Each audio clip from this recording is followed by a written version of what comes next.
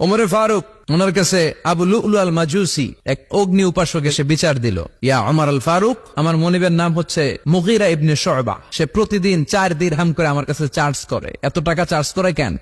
উনি জিজ্ঞেস করলেন, তুমি কি কাম পারো? আমি খঞ্জর বানাইতে পারি। খঞ্জর চিনেন? ছোট্ট ছুরি, আরবরা পকেটে রাখে। ওমানের সুলতান কাবুসের ছবি দেখবেন, এখানে একটা খঞ্জর আছে। আমি খঞ্জর বানাইতে পারি। খঞ্জর বানাতে পারো? মদিনায় তো কেউ বানাতে পারে না, তুমি খঞ্জর বানাইতে পারো? তুমি তো অনেক টাকার মানুষ মিয়া, তোমার মনিব তো অল্প টাকায় চার্জ করছে, এটা দিতেই হবে। আবু লুলু কয়, ওমর তুমি সবার জন্য এত নরম, আমার জন্য গরম, তোমার আমি বুঝাবো।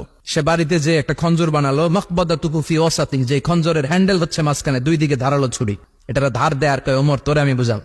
প্রতিদিন ধার দেয়। সাইয়েদনা ওমরে ফারুক মসজিদে নববীর ইমাম, ওয়াকানু ইউসাল্লুনা বিগালাস, তখন ওনারা অন্ধকারে নামাজ পড়তেন আউয়াল ওয়াক্তে। আমরা তো দেরি করে পড়ি, সুন্নাহ অনুযায়ী আগে আগে পড়া ভালো। আপনি মসজিদুল হারামে গেলে দেখবেন যে কত আগে ফজর পড়ে, ফজরের 1-1.5 ঘন্টা পরে সূর্য ওঠে, ঠিক কিনা?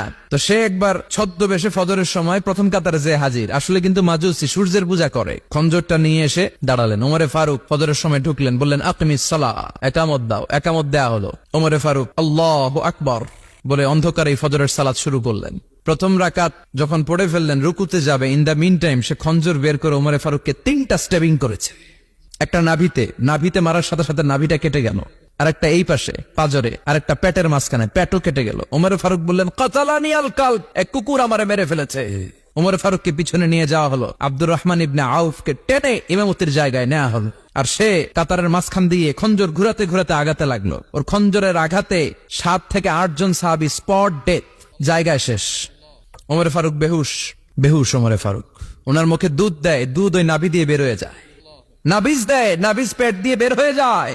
রাষ্ট্রীয় চিকিৎসকরা বুঝতে পারলো উনি আর বাঁচবে না, বেহুশ। সবাই দাঁড়িয়ে আছে। কি হয় আমাদের আমিরুল মুমিনিনের? 10টি বছর তিনি অর্ধ পৃথিবীর শাসন করেছেন, উনার ভয়ে বাঘে মহিষে 1 ঘাটে পানি খেত। হুশ ফেরার পরে ওমরে ফারুক বলেন, আমারে মারছে কে? আমার কি অবস্থা, বাঁচবো কিনা? আমার ছেলে আব্দুল্লাহ কোথায়? আব্দুর রহমান কোথায়? আমার বিবিরা কোথায়? কত সম্পদ আমার আছে, কোথায় গেলে ভালো চিকিৎসা পাওয়া যাবে? কিচ্ছু সে বলে না। হুশ ফেরার পরে ওমরে ফারুকের প্রথম প্রশ্নটা ছিল, আসল্লান্নাস, আমার দায়িত্বে, আমার নেতৃত্বে যে ফজরের একটা নামাজ শুরু হয়েছিল, এটা কি ঠিক মতো শেষ হয়েছিল? আসল্লান্নাস, মানুষটা নামাজটা পড়ছিল, 1 রাকাতের দায়িত্ব পালন করতে পেরেছে, এরপর হুশ নাই। বাকি 1 রাকাতের কি হয়েছে? মুসল্লিদের কি হয়েছে? সালাতটা ওয়াক্ত মতো হয়েছে কিনা?